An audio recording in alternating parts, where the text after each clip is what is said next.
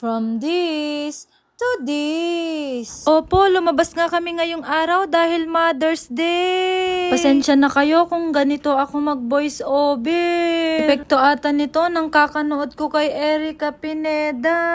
So ayun na nga, lumabas kami at kumain sa labas. Dito nga kami sa mall nag-lunch para naman malamig-lamig. Ayun na nga't kasama namin si Gwyneth Abugan, yung ate ko, yung nanay ko, at yung mga pamangkin ko. Habang nag-aantay nga kami ng pagkain ay biglang nawala yung asawa ko. Yun pala ay palihim na nagpunta sa isang stall para bumili ng aming regalo.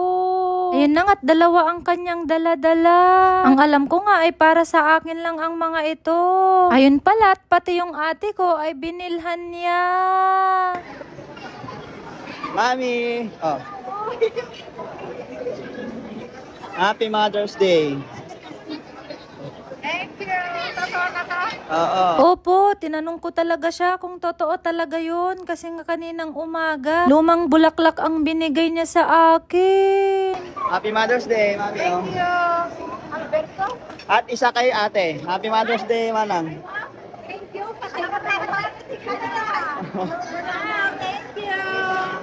Okay, Happy Mother's Day! Ay, ano to? Thank you, thank you! Ano to? Go! Thank you! Manang, baby, ano mo? Ay, wow! Sana ko! Thank you! Ayun na nga, tuwang-tuwa yung ate ko. Ikaw ba naman ang makareceive ng Alberto?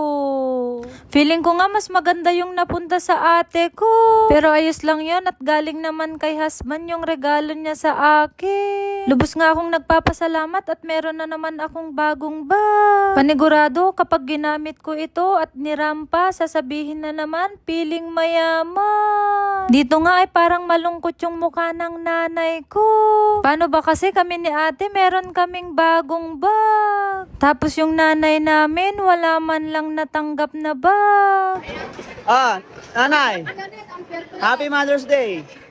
Ah! Ay, may pera! May pangsabi na! Thank you! Ayan nga't hindi pala bag ang para kay nanay. Pera naman pala. Success! Thank you! Mia, takpan mo na. Ayun, thank you so much, Daddy. I love you. Sa pagkatapos nga pala namin kumain ay dapat uuwi na kami.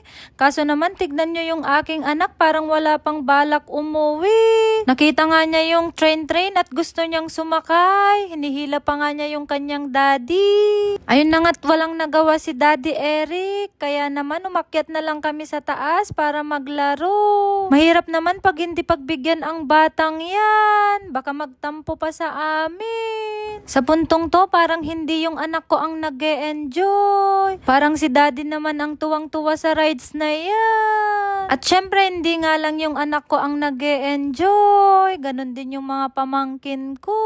Sa pagkatapos kang naglaro ng mga bata, umuwi na din kami. Sobrang init po kasi dito sa taas. Kaya hanggang dito na lang po ang aking video. Maraming salamat po sa panonood. Kaya naman, Happy Mother's Day sa lahat ng mother na katulad ko.